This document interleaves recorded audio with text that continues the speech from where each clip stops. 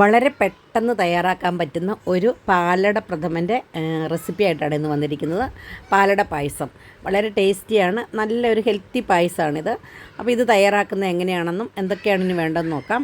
ഇത് നല്ല ചൂട് പായസമാണ്. ഇത് തയ്യാറാക്കാനായിട്ട് ഒരു 5 മിനിറ്റ് മാത്രം മതിയാകും. അപ്പോൾ നമുക്കിത് എങ്ങനെയാണ് തയ്യാറാക്കുന്നതെന്ന് നോക്കാം. ഈ ഒരു പാലട പായസം നമുക്ക് സ്വീറ്റ് ബോളിയോടൊപ്പം കഴിക്കാനാണ് വളരെ നല്ലത്. ബോളിയും പായസം, പാൽപ്പായസം എന്നൊക്കെ പറയില്ലേ, എന്ന് പറഞ്ഞ പോലെ ബോളിയും പായസമാണിത്.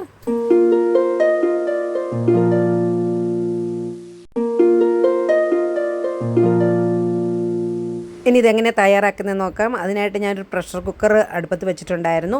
ഇതാണ് അട എടുത്തിരിക്കുന്നത്. പഞ്ചസാരയൊക്കെ ചേർത്ത് മിക്സ് ചെയ്ത അടയാണ്. എല്ലാം കൂടെ മിക്സ് ചെയ്തിട്ടുള്ള അട നമുക്ക് മാർക്കറ്റിൽ വാങ്ങാൻ കിട്ടും. അപ്പോൾ അത് ഞാൻ 2 പാക്കറ്റാണ് ഇട്ട് കൊടുക്കുന്നത്.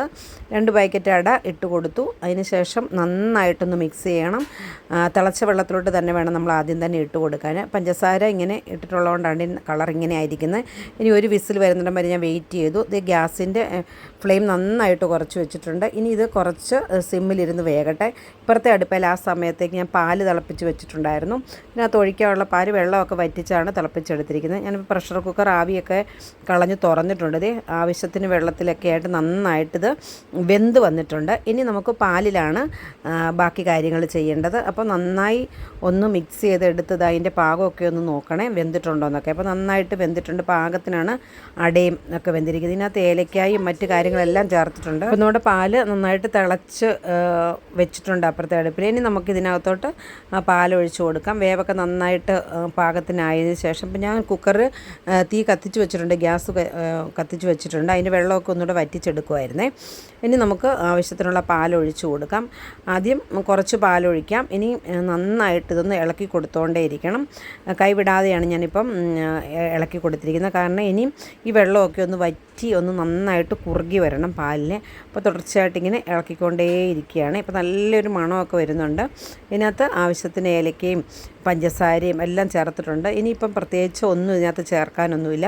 ഇതാണ് ഞാൻ പറഞ്ഞ 5 മിനിറ്റ് കൊണ്ട് പായസം റെഡിയാകുന്നത്. ഇപ്പം നമ്മുടെ പായസം ഏകദേശം റെഡി ആയിട്ടുണ്ട്, പക്ഷേ ഒന്ന് നന്നായിട്ട് കുറുകി വന്നിട്ടുണ്ട്. ഇനി നമുക്ക് എടുത്ത് വെച്ചിരിക്കുന്ന പാലിക്കൂട്ട് കുറച്ചും കൂടെ എടുത്ത് ഒഴിച്ചു കൊടുക്കുവാണേ. ഇതുകൂടെ ഒഴിച്ചപ്പോഴത്തേനും ആ പാലും കൂടെ ഒഴിച്ചപ്പോൾ നമ്മുടെ പായസത്തിന് കറക്റ്റ് അളവായിരുന്നു. ഇപ്പം നന്നായിട്ട് നമ്മുടെ പായസം റെഡി ആയിട്ടുണ്ട്. ഇത് ഞാനിപ്പോൾ ഒരു ബൗളിലോട്ട് മാറ്റുകയാണ്. നിങ്ങൾക്ക് കാണുമ്പോൾ തന്നെ അറിയാം അതിൻ്റെ സ്ട്രക്ചറൊക്കെ നന്നായിട്ടുണ്ട്.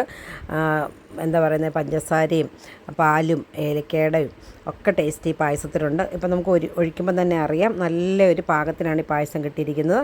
അതുപോലെ തന്നെ ഇത് നമ്മൾ ബോളിയോടൊപ്പമാണ് കഴിക്കുന്നതെന്ന് പറഞ്ഞു. അപ്പോൾ ബോളി എടുത്ത് വെച്ചതിന് ശേഷം അതിൻ്റെ മുകളിലോട്ട് നമുക്ക് ഈ ചൂട് പായസം ഒഴിച്ചു കൊടുക്കാം. വളരെ ടേസ്റ്റിയാണ് ഈ സ്വീറ്റ് ബോളിയോടൊപ്പം ഈ ഒരു പാലട പായസം കഴിക്കാനായിട്ട്. അപ്പോൾ ഇതാ നമ്മൾ ഒഴിച്ചു കൊടുത്തു. നിങ്ങളെല്ലാവരും ഇതൊന്ന് ട്രൈ ചെയ്ത് നോക്കണം. ഈസി ആയിട്ട് നമുക്ക് ഗസ്റ്റൊക്കെ വന്നു കഴിയുമ്പോൾ പെട്ടെന്ന് തയ്യാറാക്കാൻ പറ്റുന്ന ഒരു നല്ലൊരു പായസത്തിൻ്റെ റെസിപ്പിയാണ്. വീഡിയോ ഇഷ്ടപ്പെടുകയാണെങ്കിൽ ലൈക്ക് ചെയ്യാനും ഷെയർ ചെയ്യാനും കമൻറ്റ് ചെയ്യാനും മറക്കരുതേ. ഇപ്പോൾ രുക്മ കിച്ചൺ ആദ്യമായിട്ട് കാണുന്നവരാണെങ്കിൽ ദയവ് ഒന്ന് സബ്സ്ക്രൈബ് ചെയ്തൊന്ന് സപ്പോർട്ട് ചെയ്യണേ. അപ്പോൾ നമ്മുടെ ഈ കുഞ്ഞു വീഡിയോ ഇവിടെ വൈൻഡപ്പ് ചെയ്യുകയാണെങ്കിൽ അടുത്ത ദിവസം നമുക്ക് നല്ലൊരു വീഡിയോ ആയിട്ട് കണ്ടുമുട്ടുന്നവരെ നിങ്ങൾക്ക് എല്ലാവർക്കും ഒരു നല്ല ദിവസം ആശംസിക്കുന്നു. അതുപോലെ തന്നെ ഈ ഒരു ഇൻസ്റ്റൻറ്റ് പായസം നിങ്ങൾ തയ്യാറാക്കിയിട്ട് എൻ്റെ കമൻറ്റ്സൊക്കെ കമൻറ്റ് ബോക്സിൽ ഇട്ട് തരണം കേട്ടോ.